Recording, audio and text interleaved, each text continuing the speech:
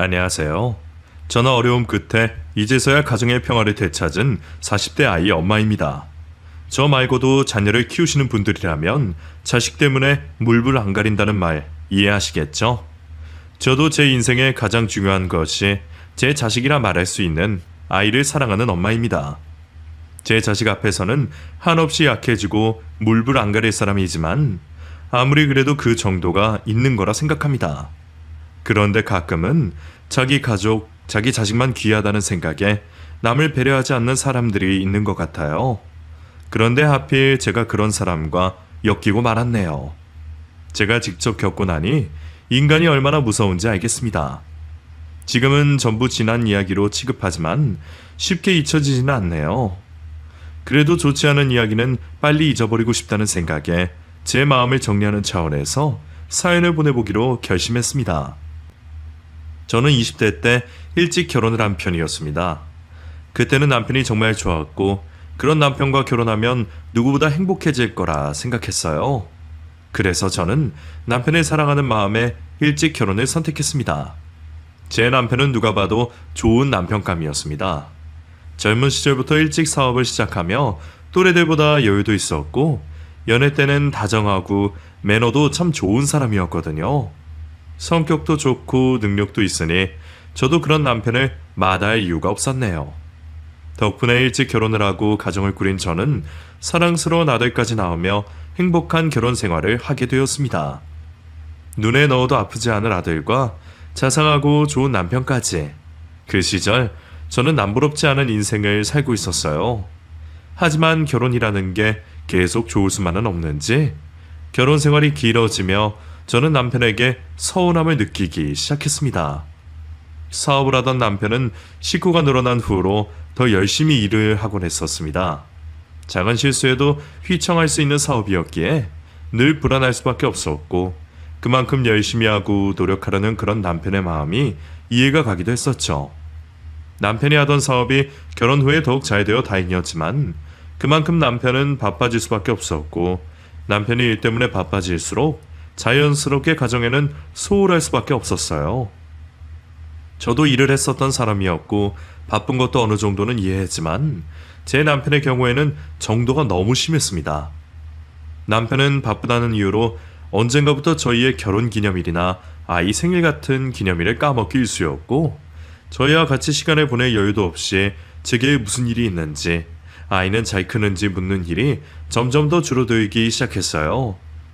어린아이가 한참 아빠를 찾는데도 늦게 집에 들어와서는 피곤하다며 아이 한번 안아줄 생각을 안 했죠. 매일같이 평일 주말할 것 없이 일하기만 바쁘고 나머지 시간에는 쓰러지듯 잠만 자고 있으니 남편이 저 아이를 바라봐주는 날이 언제인가 싶었습니다.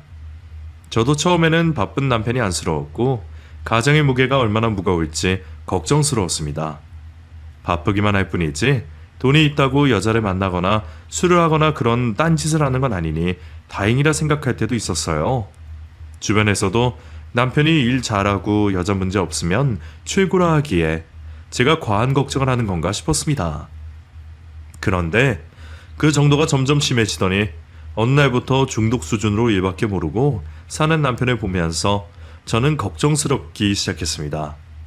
제가 임신을 했을 때만 하더라도 앞으로는 좋은 아빠, 좋은 남편이 되고 싶다며 저를 열심히 챙기던 남편이 어느 순간부터 가족 걱정이 아니라 일만 걱정하고 아이가 아프던 말던 제게 떠넘기는 것을 보며 저는 큰 충격을 받을 수밖에 없었어요.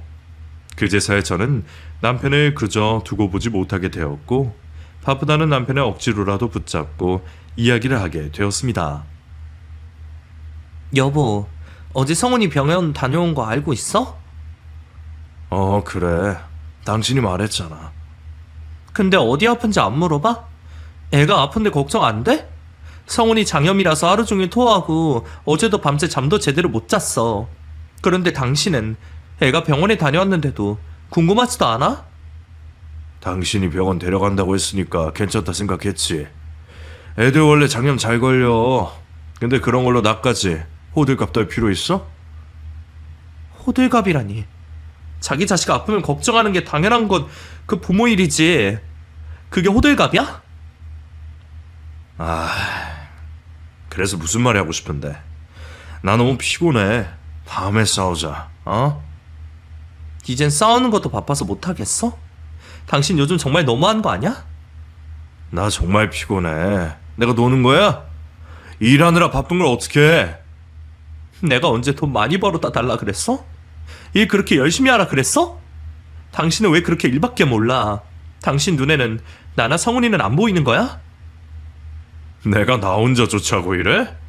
당신 갑자기 왜 이렇게 비협조적으로 나와? 비협조적인 건 당신이야. 제발 가족들도 좀 생각해봐.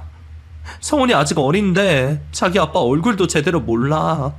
밖에서 남자 어른만 보면 아빠인 줄 알고 쫓아가려고 그래. 그런 애한테 미안하지 않아? 아이 크는 거 금방이야. 일은 나중에라도 할 수 있고 돈은 나중에라도 벌 수 있지만 아이 자라는 건 지금 순간이 잠깐이라고. 지금 아니면 나중에는 돌아오지 못하는 시간인데 당신 나중에 후회 안 할 자신 있어? 그러지 말고 제발 우리한테 관심 좀 가져줘. 제발. 저는 참담한 마음에 남편에게 울면서 사정까지 했었습니다. 하지만 그 후로도 남편은 일에만 빠져 살았고 그때마다 저는 매번 남편과 싸움을 할 수밖에 없었어요. 하지만 그것도 그리 오래 가지는 못했습니다.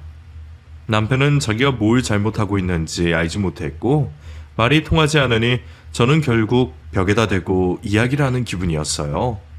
그러다 보니 저도 점점 화를 내지 않게 되었고 포기하고 살 수밖에 없었죠. 누군가는 돈 잘 버는 남편 만나서 배부른 소리 한다 하기도 했지만 저는 남편의 돈보다 남편과 함께하는 시간들을 더 바라고 있었습니다. 하지만 남편은 여전히 일 생각만 하며 아이와 저를 멀리했고 저와 제 아들 역시 집에 잘 없는 남편을 점점 잊어갈 수밖에 없었어요. 다 같이 밥을 먹은 게 언제인지, 얘기를 한 게 언제인지 더 이상 기억나지 않을 정도로 남편과 시간들은 줄어들 수밖에 없었습니다. 그러다 갑자기 저희 부모님이 사고로 돌아가시게 되었습니다. 두 분이 같이 계시다가 사고가 나셨고 두 분은 한날 한시에 돌아가시게 되었죠. 아직 젊으신 나이에 부모님이 돌아가시다니 그 일도 믿기지 않았습니다. 그런데 우리 부모님이 돌아가셨는데도 일 때문에 장례식에 오지 못한 남편을 보며 저는 도무지 그 일을 이해할 수가 없었습니다. 아무리 출장이다 뭐다 하더라도 그날 당장 돌아왔어야 맞다 생각하는데 남편은 어차피 돌아가신 것 어떻게 하겠냐며 제가 누구보다 그 사람을 필요로 하는 순간에 제 옆에 있어주지 못했어요. 결국 저는 기대의 남편 하나 없이 혼자 부모님을 보내드릴 수밖에 없었고 부모님 앞에 죄스럽고 비참한 심정에 그날로 남편과 이혼을 결심하게 되었습니다. 정작 제가 이혼을 하자 하니 남편도 놀라긴 했지만 그렇다고 저를 붙잡지도 않더라고요. 정말 정신이 나가버린 건지 이혼하자는데도 미안하다는 말뿐이었습니다. 나를 붙잡지도 않는 남편을 보며 저는 미련 없이 남편과 이혼을 했어요. 그놈의 돈 번다고 바빴던 남편이 지긋지긋해서 다시는 남편을 떠올리고 싶지도 않았죠. 그렇게 저는 그 뒤로 홀로 아이를 키우며 싱글맘이 되어 살아가게 되었습니다. 남편과 한 집에서 살 때도 있으니만 못하게 살았으니 남편 없이도 아들을 잘 키울 수 있을 거라 자신만만했었는데 막상 혼자가 되고 보니 그게 그리 쉽지 않더라고요. 이혼 가정이 그렇게 흔하다고 하는데 아직은 이혼에 대한 인식이 좋지 않은지 저는 이혼녀 딱지를 달고 편견을 겪기도 했고 똑같이 아이 키우는 엄마들 사이에서도 우리 자식이 이혼 가정 자녀라는 것을 보고 차별을 당하기도 했습니다. 세상에 시선이 아니더라도 혼자 아이를 키우는 것은 무척 힘들었습니다. 몇 년 동안 홀로 아이를 키우면서 저는 마음 놓고 쉴 수도 없었고 마음 편히 아플 수도 없었어요. 여자 혼자 아이 키우는 것이 얼마나 힘든 일인지 그제서야 제가 현실을 알게 되었죠. 그래도 저는 제 선택에 책임을 다하려 남편 없이도 아이를 잘 키우기 위해 무척 애를 썼습니다. 그런 저에게 저도 모르게 의지가 되어주는 사람이 있었습니다. 바로 새로 다니게 되었던 회사의 제 상사로 있던 경철 씨였어요. 나이는 동갑이었지만 이혼 후 다시 경력을 이어가게 된 저는 대리였고 경철 씨는 바로 제 위의 상사인 팀장이었죠. 경철 씨는 처음 회사를 들어가고 나서도 낯선 환경에 힘들어하던 제가 적응을 할 수 있게 도와주었고 업무 이외에도 제게 많은 도움을 주었습니다. 특히 성훈이 일로 많은 도움을 받았죠. 아이 때문에 급한 일이 있을 때면 항상 도움을 주려고 했고 회사 일을 대신 커버해 준 적도 많았습니다. 가장 고마웠던 순간은 갑자기 성훈이가 쓰러졌다는 소식을 들었을 때였어요. 퇴근 준비를 하면서 회사를 나서려고 하는데 아이의 태권도 선생님께서 연락이 오셨죠. 무슨 일인가 해서 전화를 받아보니 성훈이가 갑자기 쓰러져서 병원에 와 있다고 하는 겁니다. 그 말에 눈물 먼저 터져버린 저는 회사 동료들에게도 인사를 하지 않고 곧장 병원으로 향하게 되었어요. 한시라도 바쁜 상황에 하필 퇴근 시간이 겹치면서 택시를 잡는 게 힘들었습니다. 그렇게 택시를 잡지 못해 발을 동동 구르고 있을 때 한 차량이 제 앞에 오더니 창문이 내려오는 거예요. 지원씨, 아이에게 무슨 일이 생긴 거죠? 지금 택시 잡기 힘든 시간이니 내 차 타고 가요. 그 순간 천사가 내려오는 줄 알았습니다. 저에게만큼은 경철 씨가 내민 도움의 손길이 천사의 손길과 마찬가지였죠. 병원에 가는 중에도 경철 씨는 저를 안심시켜주며 제가 조금이라도 진정할 수 있게 도움을 주었습니다. 아이가 쓰러진 거예요? 너무 걱정하지 마요. 정말 문제가 있으면 지금 병원에서 연락 왔을 거예요. 지원 씨 번호 알면서도 연락 안 오는 건 아이가 안정되었다는 뜻일 테니까요. 그 나이 때 아이들은 코피도 이유 없이 흘리고 가끔 기립성 저혈압 때문에 쓰러지기도 해요. 더군다나 바로 병원에 데려다주는 사람이 있었다는 건 그만큼 응급조치도 잘 되었다는 거니까 너무 불안해하지 말아요. 그렇겠죠? 우리 성훈이한테 아무런 이상 없겠죠? 그럼요. 저도 자식 키우면서 숨 넘어가는 일이 얼마나 많았는데요. 이런 일에는 별 이상이 없어요. 진짜 불행은 다르게 찾아오죠. 어쨌든 걱정하지 말아요. 오히려 엄마가 걱정해하면 애가 더 불안해하니까 편안한 모습으로 있어요. 저를 안심시켜주는 경철 씨 덕분에 병원에 도착하기까지 숨을 돌릴 수 있었고 다행히 별 이상 없는 아이를 만날 수 있었어요.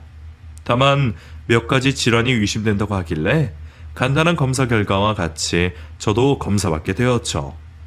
뒤늦게 경철 씨에게 감사의 인사를 하려고 했는데 바쁜 일이 있는지 벌써 자리를 떠나고 난 뒤였습니다. 전화도 받지 않아 문자로나마 짧게 감사의 인사를 전하게 되었죠.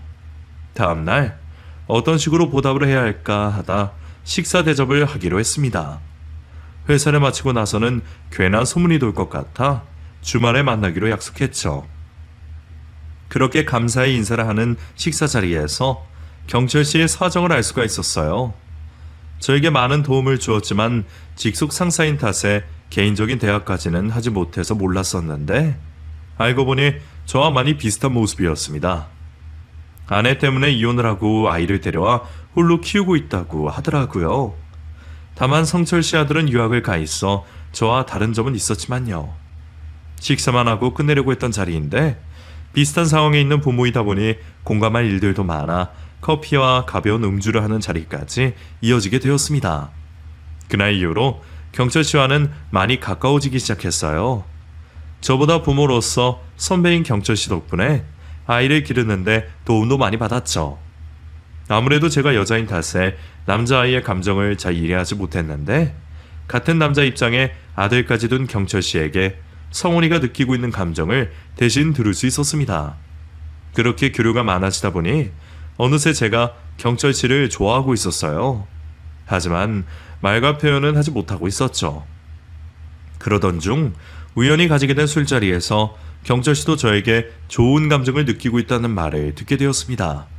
그리고 곧장 저에게 고백을 하는 경철 씨 덕분에 연애를 하게 되었죠. 나이는 같아도 오빠 같은 모습의 경철 씨가 믿음직스러웠고 가끔 성훈이와 저를 대신해 잘 놀아주는 모습에 감사하기까지 했습니다.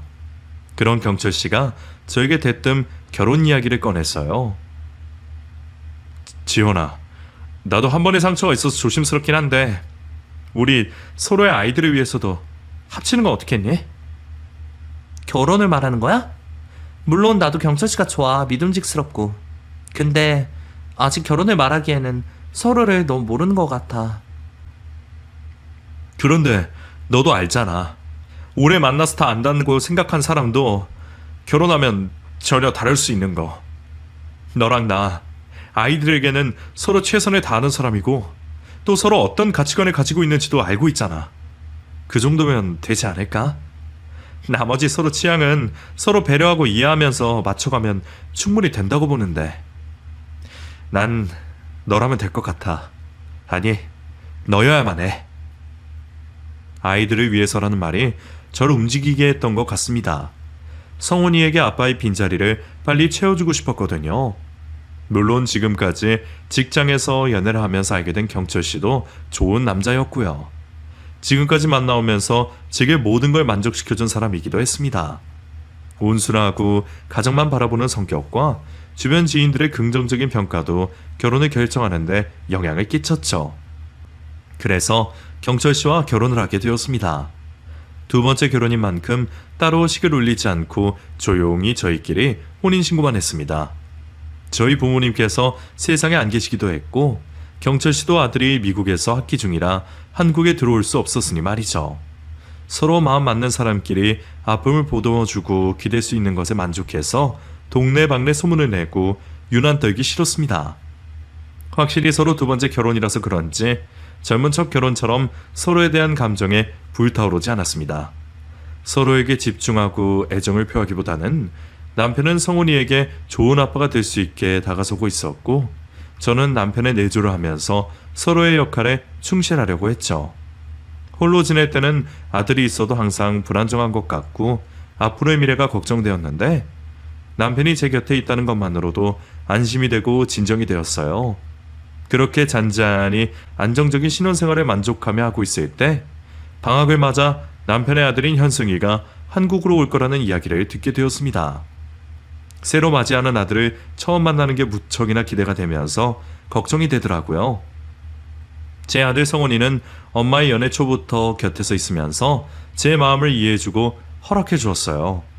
그래서 처음 남편을 만나는 날부터 가깝게 지내고 친해졌지만 남편의 아들 현승이의 마음은 어떤지 알 수가 없었으니까요. 물론 현승이와도 휴대폰 통화로 서로의 존재를 알고 저를 인정해 주어서 우리 부부가 결혼을 할 수는 있었지만요. 저도 경철 씨가 성훈이에게 해주는 것만큼 현승이에게 해주고 싶은데 혹시 현승이가 저를 엄마로 받아들여주지 않으면 어떡하나 싶었습니다. 그런데 그런 저의 걱정은 머릿속에서 바로 지어질 만큼 안 좋은 소식이 들려왔습니다. 현승이의 귀국 예정일이 얼마 남지 않았을 때 백혈병 진단을 받아 곧바로 한국으로 들어온다는 소식이었어요. 남편은 아들의 백혈병 소식이 믿기지가 않는지 오히려 저에게 소식을 전하는 내내 차분한 모습이더군요. 저도 처음 겪어보는 일에 정신이 없었습니다. 아픈 아들을 어떻게 맞이해야 할지, 앞으로 치료는 어떻게 해야 하는 건지, 저는 어떤 도움을 주어야 하는지 등 여러 생각으로 말이에요. 이러지도 저러지도 못하고 있을 때 남편은 그런 저를 진정시켜 주었습니다. 오히려 현승이 일로 성훈이에게 관심을 주지 못할 것 같으니 자기 대신 성훈이를 잘 챙겨주라는 말까지 했어요. 그리고 혼자서 아들의 병원 입원과 치료 방법 등등 알아보려 밖을 돌아다녔습니다. 제가 도움이 되겠다며 말을 해도 누군가 한 명은 성훈이 옆에 있어줘야 한다며 가정의 든든한 모습을 보여주었죠. 그런 남편이 고맙기도 했고 아무런 도움이 되지 못하는 것 같아 미안했습니다. 그렇게 현승이를 처음 만나게 된 곳은 병원이었습니다. 이런 안 좋은 상황에서 처음 아들을 보고 싶어하는 엄마가 어디 있겠나요? 저 또한 힘없이 병실에 있는 현승이를 보는 게 마음 아팠습니다.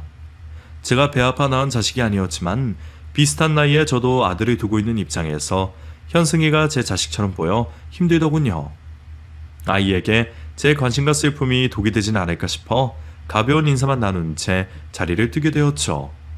제 마음이 이러한데 남편은 오죽했을까요? 며칠 사이 마음고생이 심했는지 얼굴이 반죽이 되었고 그늘이 드리워져 있었죠. 여보, 주말에는 내가 현승이 곁에 있을게. 당신도 몸 챙겨가면서 있어야지. 내가 최대한 현승이 불편하지 않는 선에서 있어볼게. 이 기회로 아이와 가깝게 지내면 좋으니까. 아니야. 내가 옆에 있는 게 더 낫겠지. 너무 신경 쓰지 마. 부모로서 자식이 아픈데 지켜볼 수밖에 없다는 게 너무 힘들다. 하필 저런 병에 걸려서 현승이가 아픈 이유가 다 나 때문인 것 같아. 게다가 내가 몸 관리를 하지 않아서 이렇게 중요한 때에 골수 이식도 못 해준다니. 그놈의 당뇨, 저혈압. 내가 내 새끼를 위해서라도 관리를 했어야 하는데 내가 정말 아버지가 맞긴 한 걸까? 혹시 현승이 친엄마에게도 연락해봤어? 아무리 이혼했다고 해도 아들 일인데 당연히 도와주지 않을까? 진작에 연락해봤지. 그런데 그 사람도 과거에 심혈관 수술을 받은 적이 있어서 안 된다고 하더라고. 주변 친척들한테도 부탁을 해봤는데 집안 내력 질환들 있는 사람도 많고 꺼려하는 사람들도 있고. 그래서 말인데 당신 검사 한번 받아볼 수 있겠어? 헌혈하는 것처럼 조금만 체열하면 되던데. 말도 안 되는 확률일 수도 있지만 내 입장에서는 동아줄이라고 하면 다 붙잡아야 하는 판이니까. 알겠어. 나도 이제 현승이 엄마인데 당연히 해야지. 내가 거기까지 생각을 못했네. 먼저 생각 못해서 미안해. 제가 먼저 남편이 말하기 전에 검사를 받아봤어야 했는데 앉아서 도움을 어떻게 줘야 할지 궁리만 하고 있었지 가장 쉬운 방법을 놓치고 있었습니다. 뒤늦게나마 남편의 권유로 검사를 하게 된 걸 다행이라고 생각했어요. 물론 비혈흔 간의 유전자형 검사가 일치할 확률이 거의 불가능에 가까웠지만 남편 말대로 바늘구멍보다 작은 확률에도 기대를 했어야 하니까요. 그런데 기적과 같은 일이 벌어졌습니다. 무려 0.005%의 확률을 뚫고 저와 현승이의 HLA 항원이 일치했던 거예요. 얼마나 감사하던지 그 소식을 듣고 제가 눈물을 흘리게 되었죠. 그런데 어쩐 일인지 남편의 표정이 마냥 좋아하지만은 않아 하는 표정이더라고요. 여보, 이제 무슨 문제 있어? 이제 다 해결된 거 아냐? 나랑 현승이 수술 날짜만 잡고 회복만 신경 쓰면 모두 잘 된 거잖아. 물론 회복하는 몇 달 동안 현승이 몸에 거부 반응 안 생겨야 하고 부작용이 없이 완치 판정 받아야 하지만 뭐하러 벌써부터 앞일을 걱정해. 지금은 당장 나랑 현승이가 적합하다는 거에 기뻐해야지. 당연히 기쁘지. 기뻐. 근데 당신에게 못할 짓을 하는 것 같아서. 괜히 나 만나서 하지 않아도 되는 수술도 해야 하고. 그런 말이 어디 있어. 나도 이제 현승이 엄마인데. 그리고 수술 방법도 이전처럼 고통스럽지 않다며? 그냥 수혈하는 거랑 비슷하다고 하는데 수술하고도 한 달 정도면 미미한 수술 후 증상들도 없어진다며. 오히려 수술하고 나서도 고생하는 건 현승이지. 앞으로도 계속 얼마간은 병실 생활해야 하는데 한창 뛰어놀아야 하는 나이에 얼마나 답답하겠어. 나는 조금이라도 현승이에게 도움을 줄 수 있다는 게 너무 반가워. 그리고 장난으로나마 내가 생색낼 수가 있잖아. 내가 너를 내 조혈모 세포로 낳았는데 이렇게 말하면서. 그러니 나한테 미안해하지 마. 당신이 성훈이에게 해주는 거 또 앞으로 해줄 거에 비하면 아주 작은 노력일 뿐이야. 고마워 여보. 그리고 미안해. 장기 기증처럼 대수술을 받는 것도 아닌데 뭐가 그렇게 미안한 건지 저에게 계속해서 미안함을 표하는 남편이 되려 저는 고맙더라고요. 그리고 수술 또한 처음에는 저도 과거 드라마에서나 보던 것처럼 고통스러운 수술인 줄 알았는데 요즘에는 나아진 기술 때문에 과거처럼 수술실에 뒤로 누워 고통스럽게 골수를 채취하는 것이 아니라고 하더라고요. 골수 이식에 필요한 백혈구 촉진제 주사를 며칠간 맞고 헌혈하는 것처럼 체열하면 되는 거였고 부작용도 두통, 뼈 통증, 몸살 등등 가벼운 것들이었고요. 아들 목숨을 살릴 수 있다면 이전의 고통스러운 골수 이식 수술 방법이라도 당장 해야 할 텐데 겨우 몸살 정도라면 별것도 아니었죠. 이후 남편과 병원으로 가서 수술에 대한 진행 과정과 함께 간단한 설명을 듣게 되었습니다. 의사 선생님께서도 기적과 같은 상황에 무척이나 놀라시면서 잘된 일이라고 말씀을 하시더라고요. 의사 선생님의 설명을 받고 나와 집으로 가려고 하던 도중 잠시 성훈이의 전화를 받게 되었습니다. 그런데 통화를 끝내고 주위를 둘러봤는데 남편이 곁에서 없어진 거예요. 현승이 병실에도 가봤는데 없어서 남편을 찾아 헤매게 되었죠. 그러다 전화통화를 하고 있는 듯한 남편의 뒷모습을 발견하고 다가가게 되었습니다. 제가 가까이 가는데도 제 기척을 듣지 못했는지 남편은 통화에 열중하고 있더라고요. 그런데 살짝 옅게 된 남편의 통화 내용이 심상치가 않았습니다. 이제 좀 들리지? 병원이라 사람들이 가는 곳마다 많네. 그건 그렇고 오늘 의사 선생님께 수술관에서 설명을 들었어. 그래, 정말 이제 다 된 거야. 현숙이도 살 수 있고 당신이랑 나도 고생 끝났어. 어? 내가 무슨 고생을 해. 당신이 더 고생이 많았지. 아픈 아들 혼자서 돌보고 있고 남편은 다른 여자랑 붙어 있는데 당신이 아무리 나를 믿는다고 해도 하루에도 안 좋은 생각을 몇 번이나 했겠어. 그래도 알지? 무슨 일이 있었든 나한테는 당신이랑 현숙이밖에 없는 거. 이제 우리 세 가족 다시 행복하게 웃으면서 지낼 수 있어. 골수만 받으면 끝나. 그러니까 이제 조금만 기다려. 당신 고생하는 것도 현승이 아픈 것도 그리고 나 이 거짓된 결혼 생활도 곧 끝이야 끝. 어? 글쎄 수술 끝나고 한 달은 넘어야 이혼 이야기를 꺼낼 수 있겠지? 정 안 되면 개망나니 짓이라도 해서 헤어져야지. 그건 내가 알아서 할게. 이제 들어가 봐야겠다. 조용한 곳 찾는다고 너무 오래 자리 비웠어. 현숙이도 나아질 건데 이제부터 당신 건강이 중요해. 밥 거르지 말고 잠 잘 자고. 그래. 나도 잘할게. 사랑해. 끊어. 남편의 통화를 들으며 그 중간부터 제가 이용당했다는 사실을 알았습니다. 분명 내용으로 짐작해보면 전 아내와 위장 이혼을 하고 제게 접근한 것 같았습니다. 제가 현승이와 골수이식이 적합한지 알고 접근한 건지는 모르겠지만 말이죠. 지난 몇 달간 남편에게 마음이란 마음은 모조리 주었고 또 현승이가 아프다는 소식에 저 또한 친엄마같이 마음고생을 했는데 어떻게 저에게 이럴 수가 있을까요? 아무리 자식을 위한다고 해도 사람 마음을 가지고 장난질을 칠 수가 있는 건지 장난감 마냥 이용당한 것 같아 배신감이 몰려왔습니다. 남편은 전화를 끊고 돌아서다 자신에게 적대감을 뿜고 있는 저를 보고는 당황하더군요. 여보, 당신 혹시 내 통화 내용 들었어? 그래, 다 들었다 이 망할 자식아. 아무리 네 아들이 중요하다고 당장에 목숨을 살려야 하는 게 우선이라고 하지만 이렇게까지 사람을 가지고 놀아야 했니? 여자 혼자 아이 키우면서 힘들게 산다고 내가 우습게 보였어? 네 아들 수술받고 나서 버려도 되나 한찮은 존재로 생각했냐고. 여보, 미안해. 내가 잘못했어.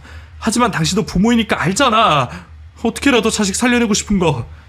정말 죽도록 미안한데 이렇게 할 수밖에 없는 나도 이해 좀 해줘. 어떻게 알고 접근한 거야? 알고 접근한 거야? 아니면 신락 같은 희망에 접근하고 나서 내가 적합하다는 걸 알게 된 거야? 당신 이전에 성훈이가 쓰러져서 내 차 타고 병원에 데려갔을 때 말이야. 그때 간호사 실수로 체열을 2번 했잖아? 그때 눈앞에 혈액이 보이니까 혹시나 싶었어. 그래서 이전에 검사 받았던 친척분이 다시 받는 척 하면서 혈액을 바꿔치기 봤는데 정말 기적적으로 일치하더라고. 그래서 그때부터 의도적으로 접근하게 되었어. 그럼 지금 통화한 사람은 당신 아내야? 당신 아내도 당신 계획에 동조해서 합의이혼까지 한 거고? 미안해. 근데 당신 아니었으면 우리 현승이 죽어가는 모습을 지켜볼 수밖에 없었어. 성훈이가 그랬다고 생각해봐. 당신도 눈이 돌아가지 않겠어? 내가 잘했다고 하는 게 아니야. 당신한테 죽어서도 용서받지 못할 죄 지었다는 거 알아. 그냥 내 입장에서는 그럴 수밖에 없었다는 거 알아줬으면 해. 정말 미안해. 처음부터 솔직하게 말하고 부탁할 수도 있었어. 당신 지금 말하는 거 핑계밖에 안 돼. 수술 받고 당신 말처럼 한 달 뒤에는 내가 버려졌을 거 아니야. 그러면서 내 아들 성훈이는 또 상처받을 거고. 나 이 수술 못하겠어. 아니 안 해. 나처럼 똑같이 누군가를 속여서 기증자를 데려오든 말든 당신이 알아서 해. 여보 제발. 당신 아니면 우리 아들 죽어. 우리 부부가 할 수만 있었더라면 이렇게 못할 짓 하지 않았을 거야. 적합한 기증자는 나타나지 않고 당신밖에 방법이 없어서 어쩔 수 없었어. 혹시 거절이라도 하면 어떡하나 싶어 하나 해서 저지른 거라고. 제발, 내가 이렇게 무릎 꿇고 싹싹 빌 테니 제발 부탁해. 남편은 무릎을 꿇고 싹싹 빌며 눈물까지 흘리고 있었지만 배신감과 분노가 차올랐던 저는 남편에게 한참 동안 욕설을 쏟아냈습니다. 그리고는 제게 사죄를 하며 빌고 있는 남편을 외면한 채 집으로 돌아갔습니다. 돌아가는 중에도 도와달라며 전화와 함께 장문의 문자가 왔지만 그 순간에는 눈에 들어오지 않았어요. 당장 앞으로는 어떻게 살아야 하는지, 아들에게는 또 어떻게 설명을 해야 할지 제 고민들이 눈앞을 가렸죠. 안정적인 미래만 있을 거라고 생각했는데 어쩌면 이런 사기 결혼을 당하게 된 건가 싶었어요. 제가 바란 것은 좋은 집과 차, 많은 돈도 아니었고 자식의 성공도 아니었습니다. 그저 남편과 자식들과 소박하게 살아가고 행복하게 살면 되는 것이었는데 그 작은 행복도 저는 바랄 수 없는 존재인 건가 싶었죠. 학원에서 돌아온 성훈이는 아무것도 모른 채 저녁 식사를 하며 오늘 있었던 일들을 저에게 이야기해 주는데 눈물이 나려고 하더군요. 설거지라는 척 급히 돌아서 겨우 숨기긴 했지만 밀려드는 서러움에 눈물을 멈출 수 없었고 화장실에 가 샤워기를 켜놓고 소리를 삼키며 한참을 울게 되었습니다. 조금 마음이 진정이 되어 나왔더니 소파에서 TV 켜놓은 채 잠을 자고 있는 아이가 눈에 들어왔습니다. 그 누워있는 모습에서 갑자기 현승의 모습이 떠오르더군요. 그러면서 남편이 한 말을 다시 한번 떠올리게 되었습니다. 남편의 심정은 이해가 되었지만 저에게 한 행동들은 절대 이해할 수도 용서할 수도 없었어요. 그렇지만 그렇다고 죽어가는 아이를 모른 척 할 수 없었습니다. 다른 대안이 있다면 모르겠지만 그 아이에게는 제가 유일하게 삶을 이어갈 수 있게 해주는 존재였으니까요. 제 작은 노력으로 현승의 생명의 불씨를 다시 살릴 수 있는 거라면 꼭 해야 한다 생각이 들었죠. 저는 곧장 남편에게 전화를 하여 골수이식 수술은 예전과 같이 진행하겠다고 말을 전하게 되었습니다. 그리고 아들이 이해할 수 있는 이혼의 이유를 생각해보자고 말을 했죠. 여보, 내가 정말 미안해. 수술만 해준다면 내가 어떻게 해서든 보답할게. 여보, 제발. 현승이 수술 병원에서 말해준 대로 진행할 거야. 당신이 한 행동 용서해서 수술하는 게 아니야. 나도 한 아이의 엄마이기 때문에 지켜볼 수만은 없어서 하는 거야. 그리고 당신이 그렇게 사람 같지 않은 행동을 하지 않아도 이런 일이 가능하다는 걸 보여주고 싶어. 나 다른 거 필요 없어. 이혼이야 수술 끝나고 곡장해도 되고 재산도 서로 가져온 만큼 가져가면 돼. 근데 우리 성원이만은 상처 주고 싶지 않아. 아니, 상처 주어선 안 돼. 내 아들이 우리가 헤어지는 데 있어서 이해할 수 있는 사유를 가지고 와. 그건 나도 고민할 테니. 고마워. 정말 고마워. 그리고 정말 미안해. 그렇게 아들에게는 남편이 일 때문에 잠시 집을 못 들어온다고 설명을 했고 제가 수술을 받게 되면서 잠시 친척 집에 맡기게 되었습니다. 그리고 성공적으로 제 조혈모 세포를 현승이에게 전달할 수 있었어요. 예상처럼 몸이 피곤한 것과 이따금 어지러운 것 외에는 큰 이상 없이 기증을 마치게 되었죠. 그동안 남편과 저는 아들 성훈이가 이해할 수 있는 이혼을 사유를 고민하게 되었습니다. 어떤 이유로든 합친 지 얼마 안 되는 아빠와 엄마의 이혼을 납득하기 어렵겠지만 조금이나마 납득할 수 있는 이유를 찾았죠. 하지만 그런 고민마저 할 필요가 없게 되었습니다. 혹시 아들이 확인할까 싶어서 남편과 나눈 메시지를 그때그때 지웠는데 하필 제가 딴 일에 정신이 팔린 사이 성훈이가 휴대폰을 보게 된 거예요. 무슨 이유 때문인지는 정확히 알지 못했지만 남편의 잘못으로 이혼을 생각하고 있고 자신에게 상처를 주지 않기 위해 고민을 하고 있다는 걸 알게 되었죠. 그런데 아들은 제가 생각한 것보다 더 자라 있었습니다. 제게 엄마의 행복이 먼저라며 무슨 잘못인지는 자세히 모르지만 저에게 잘못한 아빠와 헤어지라고 하더군요.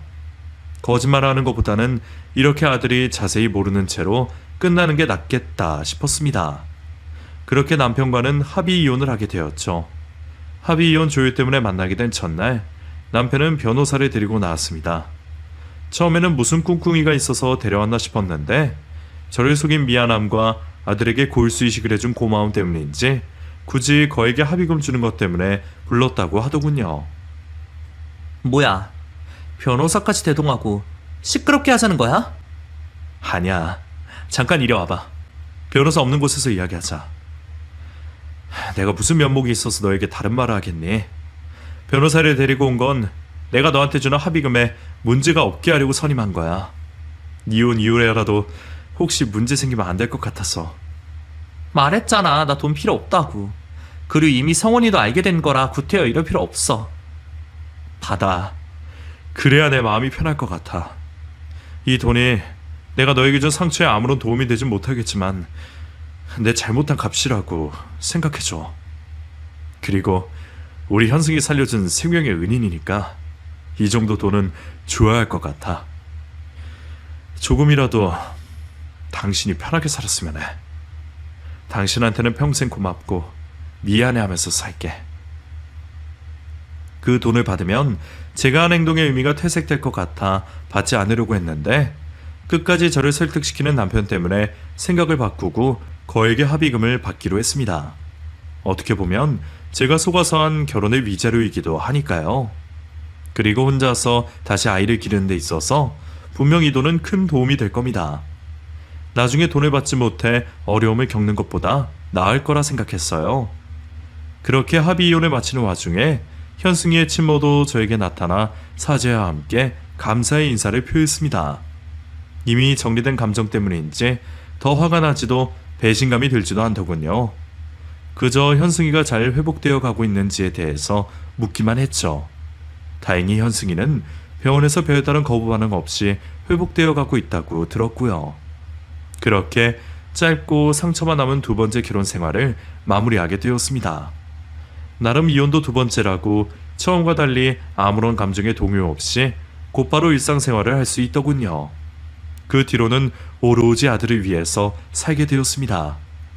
넉넉해진 형편 때문인지 모르겠지만 사건 사고 없는 평범한 일상을 보내게 되었어요. 하지만 저에게도 다른 사람들을 모르는 힘든 점이 있었습니다. 처음 감정의 동요가 없다고 생각한 것과 달리 동요를 넘어섰던 것 같아요. 가슴이 뻥 뚫린 것이 행복도 즐거움도 슬픔도 느끼지 못하고 살고 있었죠. 한참을 그렇게 지냈던 것 같아요. 그러다 가끔 성훈이 일로 연락을 하던 성훈이 아빠가 직접 제 앞에 나타났습니다. 성훈이랑 좋은 시간 보냈으면 그냥 집 앞에 데려다 주고 가지. 여기까지는 웬일이야? 웬일은? 지원아, 우리 다시 시작해보는 거를 생각해본 적 있니? 사실 나 너랑 성훈이 떠나고 후회 많이 했어. 곁에 있을 때는 몰랐는데 헤어지고 나서 당신이랑 지원이가 내게 없어서는 안 되는 사람인지 알게 되더라. 내가 한 잘못 때문에 당신에게 먼저 말을 꺼내지 못했는데 더 늦으면 안 될 것 같아서. 너 생각은 어때? 난 안 될 것 같아. 사실 그 사이 당신이 모르는 일들도 조금 있었어. 물론 지금은 다 해결되었지만. 그래서 더는 누군가에게 마음 주고 걷어차 있는 힘든 생활 하고 싶지 않아.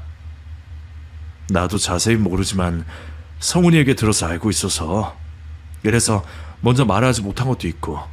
그런데 나 이전의 일 상관하지 않아. 그리고 나도 이제는 정말 달라졌어.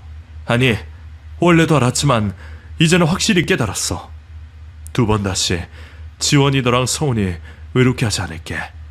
나에게 기회를 한 번만 준다면 후회하지 않게 행복한 미래를 만들어 줄게. 우리 다시 시작하자. 성훈 아빠는 제게 과거와 다른 모습을 보여주겠다며 장담을 했습니다. 하지만 지난 일들로 더는 상처받기 싫었던 저는 거절하게 되었죠. 그런데 저에게 재결합을 말한 날부터 성훈 아빠는 계속해서 저를 기다리는 모습을 보여주었습니다. 아들 성훈이는 자주 찾아오는 아빠가 좋았을지 몰라도 저는 사실 좀 불편했어요. 일종의 방어 기제인진 몰라도 오히려 성훈 아빠를 피하게 되더군요. 하지만 성훈 아빠는 변함없이 저를 기다려 주었고 아들을 대하는 모습에서 변화된 모습도 볼 수 있었습니다. 그러다 보니 성훈이 때문에라도 자주 만나는 자리가 많아지게 되었고 자연스럽게 다시 만나게 되었어요. 그리고 지금은 그런 남편과 다시 살림을 합쳐 행복한 시간을 보내고 있습니다. 남편은 자신이 말했던 것처럼 지금은 아무리 중요한 일이 있어도 가정을 최우선시하는 남자가 되었어요. 덕분에 저뿐만 아니라 아들도 정서적으로 많이 안정된 모습을 보이고 있고요. 왜 이렇게 뱅뱅 돌아서야 제 자리를 찾게 되었는지 허비한 시간들이 안타깝기 그지없지만 앞으로 남은 행복한 시간들을 보면서 애써 괜찮다며 위안을 삼고는 합니다.